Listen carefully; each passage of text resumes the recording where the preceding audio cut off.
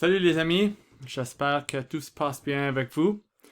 Today I'm starting a series called Workflow Wednesday. This is part 1. It may be part 1 of 1. It may be part 1 of 15. We'll see how the spirit moves me. I want to talk a little bit about working in a doc. That's what I find myself doing a lot of, giving feedback to students. And I want to show you some shortcuts and hotkeys and things that I hope will save you some time. So imagine that these first two paragraphs of The Wizard of Oz were student work, and I wanted to make some comments. And I wanted to comment here on the word walls. Maybe I wanted to suggest an edit or suggest another word.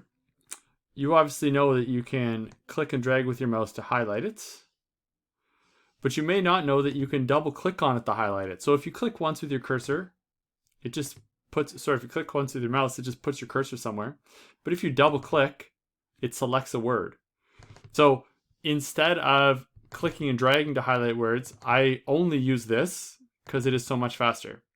You can also, if I want to make a general comment about this paragraph, I can triple click on any word and that'll highlight everything. So those clicking shortcuts save me tons of time. So we're going to make a comment on this. Here's the plus sign. Again, I can't speak highly enough about keyboard shortcuts. You may not be used to them, but I love them. So I don't use that button. I use Control-Alt-M, and that opens my comment box. So then I say, this is my comment, and there's a shortcut for clicking on this comment button here. So instead of having to go back and move my mouse, I just press Control-M, and that submits the comment.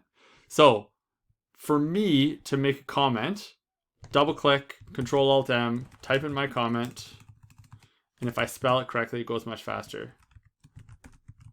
And then Control-Enter, and I'm done. So when I'm working through all of my students' work, to make little comments like this in their work, that speeds up my process a whole lot.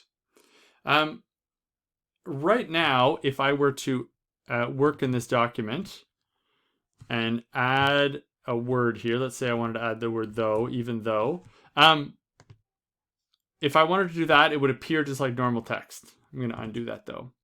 But here in the top right, there are two different modes, well, three, but we're only going to use editing and suggesting. Two different modes. When you're looking at a student document and you're giving them feedback, by default, it's going to be in suggesting mode. And this is what happens in suggesting mode. When I type something in, it gives it this green outline top and bottom, and then it shows it over here as to what I've done. So this suggesting mode is great if somebody's doing a piece of work and you want to suggest some edits and highlight them so people can see them. I don't use it a lot when I'm giving students feedback, because if somebody in the document likes that change, they just click accept, and now it's part of the document. So I use comments instead, because then the students have to go into the document and actually do the work of fixing the word or adding the word or whatever. If I make those comments, it's just too easy. But when you're in a document that a student owns, by default, you're suggesting.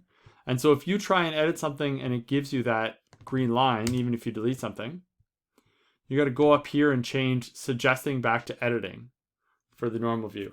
And students will sometimes get stuck in the wrong mode, and you have to change, or you have to tell them to change back to editing, because they'll say, everything I do, Mr. B, just has these green lines on it. What do I do?